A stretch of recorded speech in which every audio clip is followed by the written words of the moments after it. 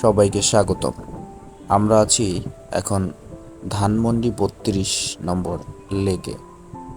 এখানে এসে যে বিষয়টি দেখলাম যে এখানে বড়শি দিয়ে মাছ ধরা হচ্ছে, অর্থাৎ লেকে যে মাছ জিয়ে রেখেছে কর্তৃপক্ষ, সেটা কেউ ধরছেন, হয়তো এখানে অনুমতি নিয়েছেন। এরপরে একটু পাশেই আরেকটু কিছু দেখানোর চেষ্টা করলাম। সেখানে আইসক্রিম থেকে শুরু করে মাস্ক বা বিভিন্ন ধরনের কসমেটিক্স সামগ্রী পাওয়া যায়। সেই সাথে একটি বিষয়ে নজর কাড়ল, সেটা হচ্ছে এখানে একেবারেই গ্রামে যারা বড় হয় বা গ্রামীণ পরিবেশে যেসব ছেলেমেয়েরা ছোটোবেলা শৈশব কৈশোর কাটায়, ঠিক সেরকম একটি দৃশ্য রাজধানীর বুকে ধানমন্ডি ৩২ নম্বর লেকে আমরা দেখতে পেলাম। সেই বিষয়টি আপনাদের সামনে একটু আমরা দেখানোর ট্রাই করছি।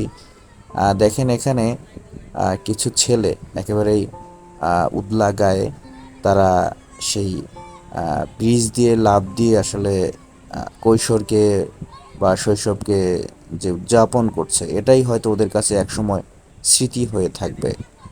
এবং গ্রামে যারা বসবাস করে তারা এ ধরনের স্মৃতি তাদের সবার ঝুলিতেই কম বেশি আছে। আহ, কি সুন্দর দৃশ্য! সত্যি এটি দেখলে ছোটবেলার সেই কথাগুলো মনে পড়ে যায়, যখন আমরাও ফুটবল খেলে বা খেলাধুলা করে এরকম বাড়ির পাশের ছোট নদী বা খালে এভাবেই আমরা আসলে গোসল করতাম বা ওই সময়টা আমরা কাটিয়েছি। কি মধুর একটি সময়! আহ, শৈশব, কৈশোর! সত্যি ওদের দেখে একেবারেই সেই ছোটবেলার স্মৃতিতে চলে গেলাম।